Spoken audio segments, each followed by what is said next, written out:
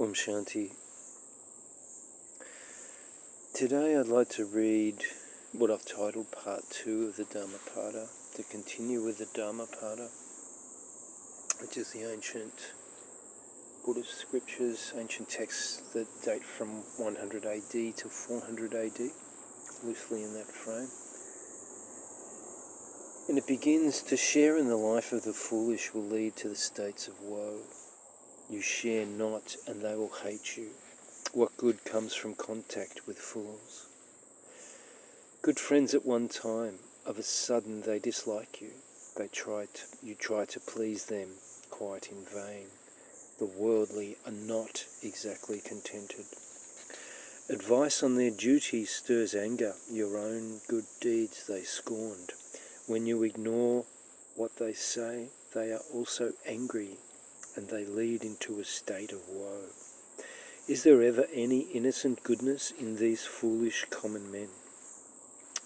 Self-applause, belittling others, encouragement to sin, applauding sin as to an appeal to it. Some such evil is sure to happen where one fool meets another. Alone I'll live in peace with an unblemished mind. For one flees from fools. When met, they should be won by kindness to preserve the holy mind. Hidden and unknown like the moon, I will live my life. I'll take from the Dharma as the bee takes honey from the flower. They cannot love unless an interest in themselves is fanned. I prefer to dwell in spaces spacious and natural and not to be owned by anyone. A clay bowl as my only wealth, a robe that will not tempt robbers, a homeless wanderer following my own mind. I would rather dwell in a deserted cave or in the woods, in a noble disregard for all, and never look back at what I left behind. What have I left behind? The past which is no more. Alone a man is born, and alone he meets his death. Those who travel through becoming should regard each incarnation as no more than a passing, moving pictograph on their journey through samsara, the mortal world. So will I ever tend to stillness, to the delightful, untouched solitude, stilling into bliss all distractions, and from all other cares released. My mind was set on collecting my own spirit, and from all other cares released. I will collect my spirit back from those that hold a portion of it. To unify and discipline my spirit I will strive. In oneness I will climb to the top of the tree. Never put your trust in unsteady senses. Never put your trust or time in unsteady people. I will rise up upon the tree of life toward the sun and blossom. Sense desires continue to come from the latest tendency. There remains a latent tendency toward them as a fire hidden beneath the ashes. When you consider what sufferings these sense pleasures entail, you should be prepared to cut them off at the root, for they are false ideas. Sense pleasures are impermanent. Deceptive, trivial, ruinous, avoid them as if they are ruinous vipers.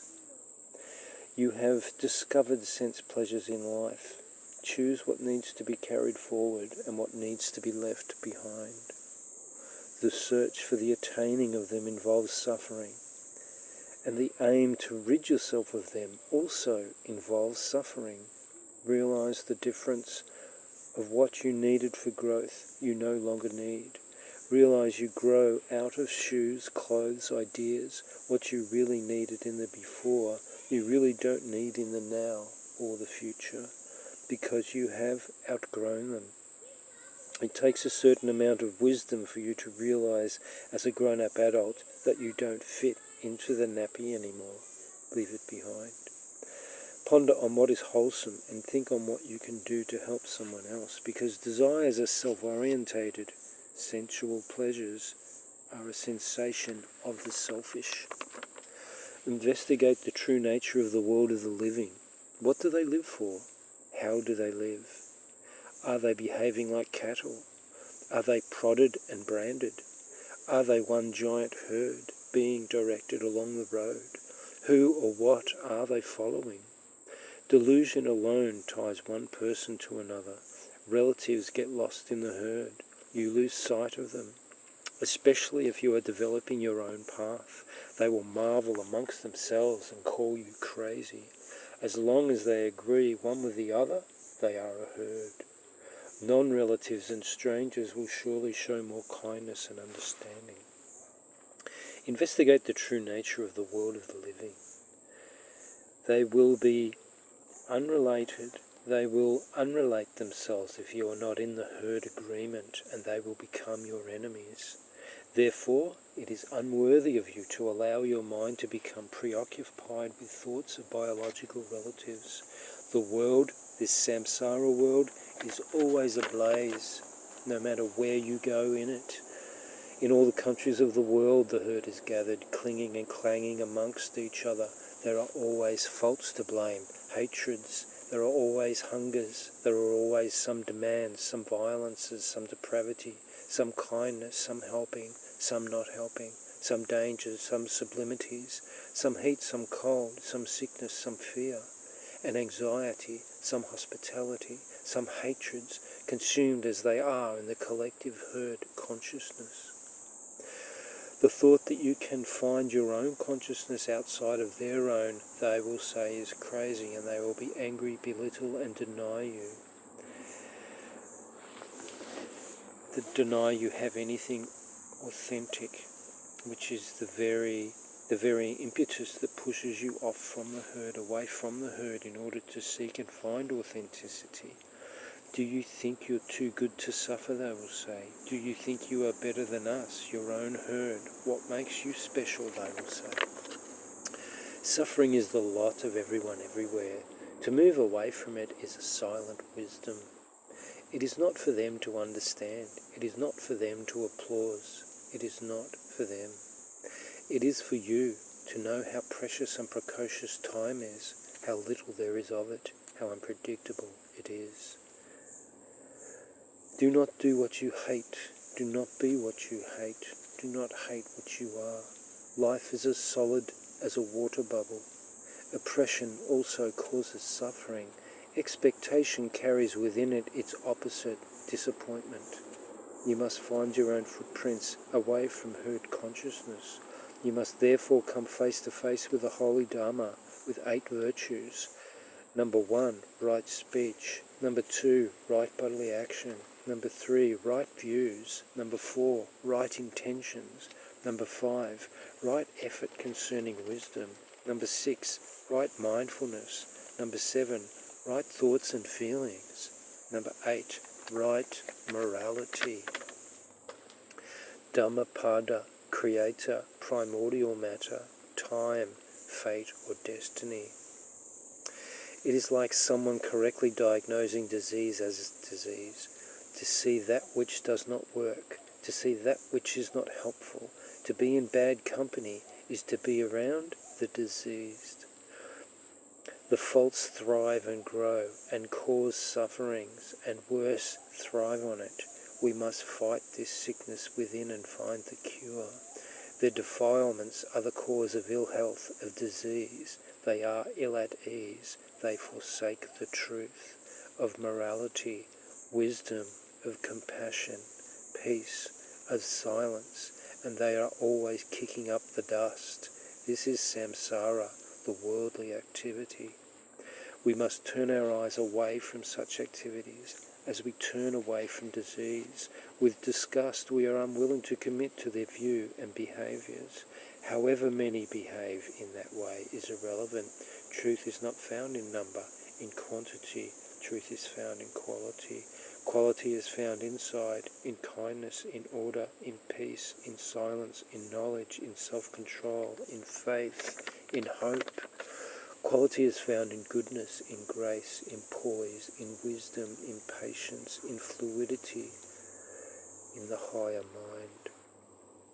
A love of simplicity creates balance. A love of balance creates order. A love of order creates peace. A love of peace creates completeness.